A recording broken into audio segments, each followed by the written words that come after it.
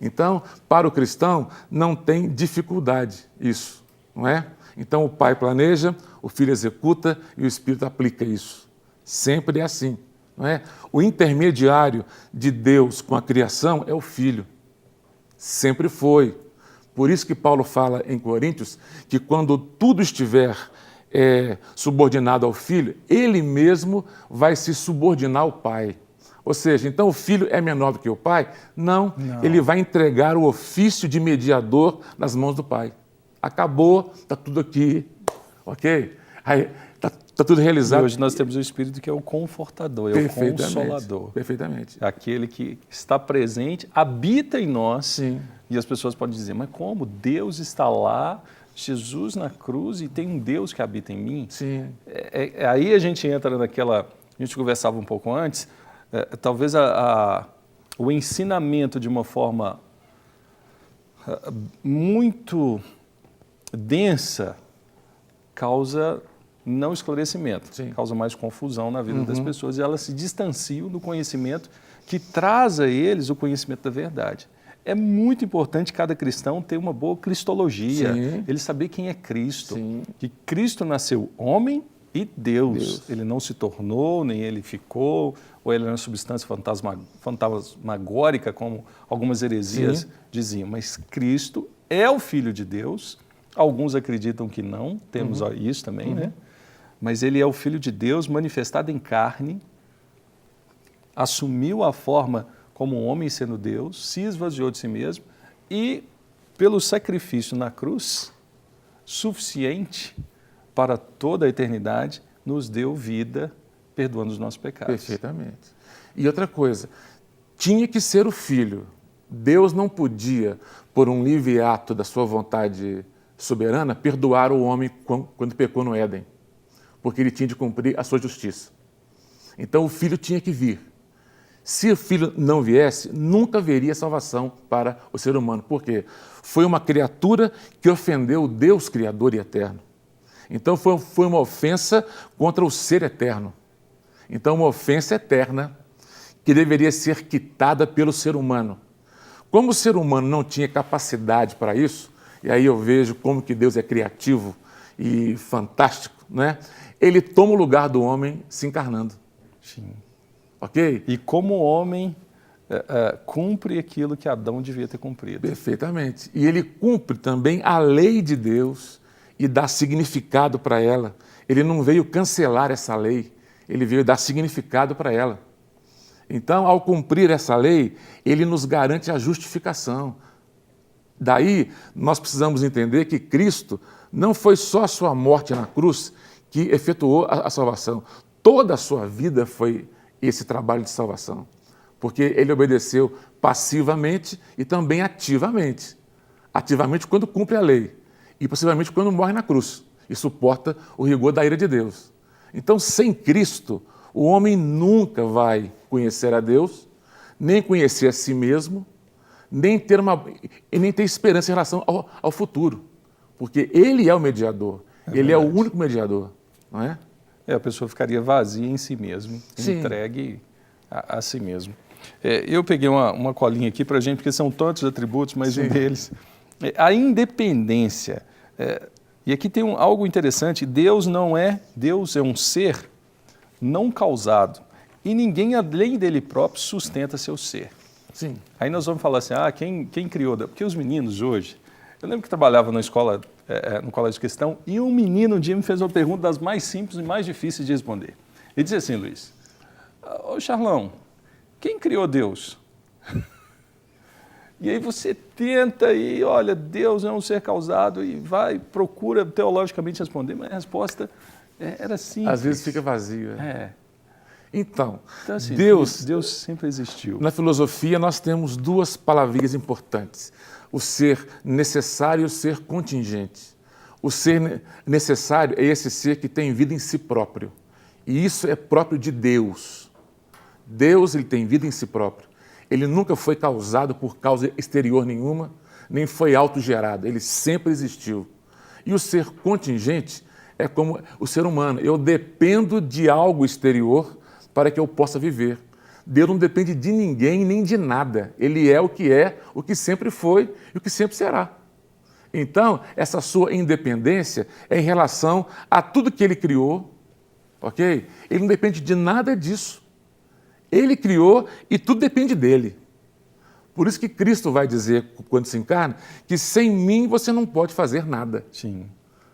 E nós estamos vendo, por exemplo, a sociedade afundando num caos terrível de questão moral, porque ela dinamitou os valores cristãos e não colocou nada no lugar. Ela quer ser independente de Deus. Perfeitamente.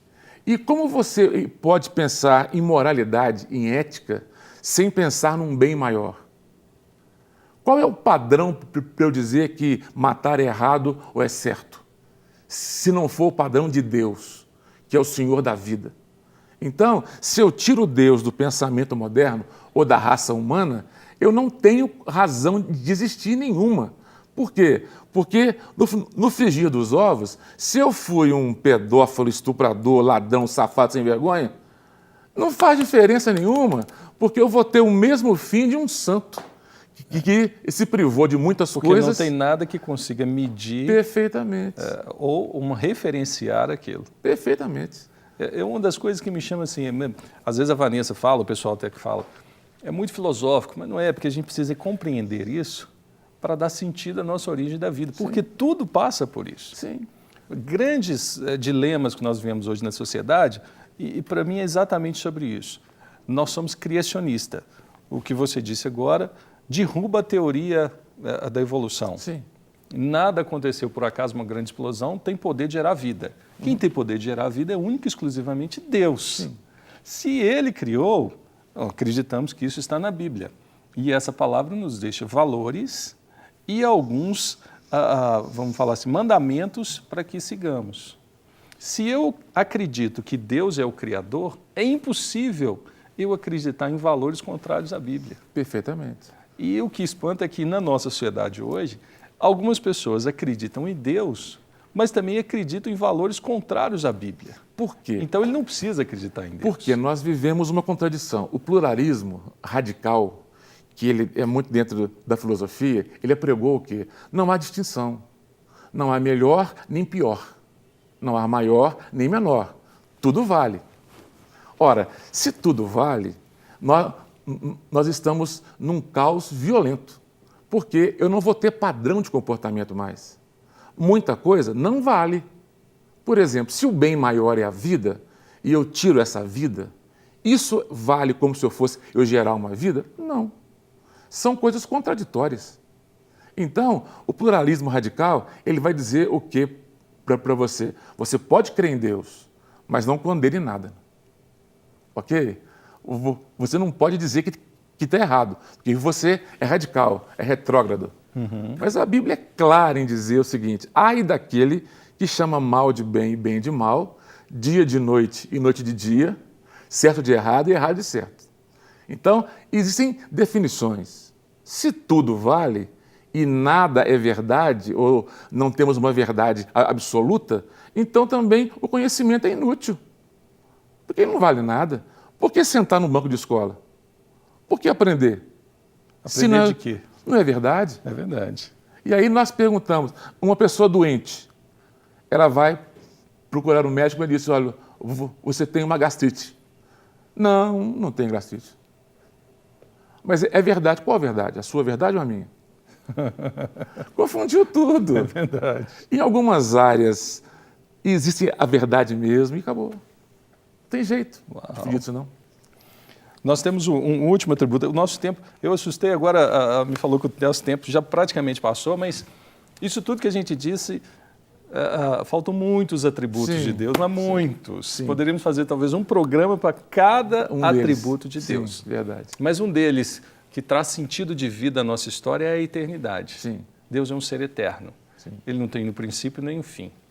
E acreditar na eternidade talvez melhoraria o mundo no qual vivemos, porque passaríamos a ter uma esperança futura de que tudo não acaba aqui. Sim. E que a nossa escolha aqui se reflete lá. Sim. Né, pastor? Então, eu queria que você deixasse uma mensagem assim, final, dizendo para as pessoas por que conhecer mais a Deus?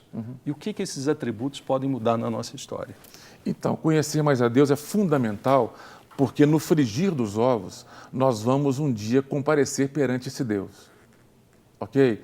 Acreditando ou não, e aí Pascal, que foi um pensador cristão do século XVII, ele diz o seguinte: se houver 1% da Bíblia estar correta, eu vou arriscar toda a eternidade por causa desse 1%? Então, se a Bíblia está correta em 1%, nós não podemos arriscar a eternidade de conviver com o que ela diz que vai acontecer para aquele que não crê em Deus, é de 1%. Então, hoje é dia de arrependimento, de buscar a face de Deus, de se entregar nas mãos de Deus. Fundamental. Para nós é 100%, né? 100%. Para Pascal, se fosse 1%, uma pergunta para nós e para mim, são 100%. A Bíblia é 100% palavra de Deus. Creia nela, viva por ela, ande fundamentado nela.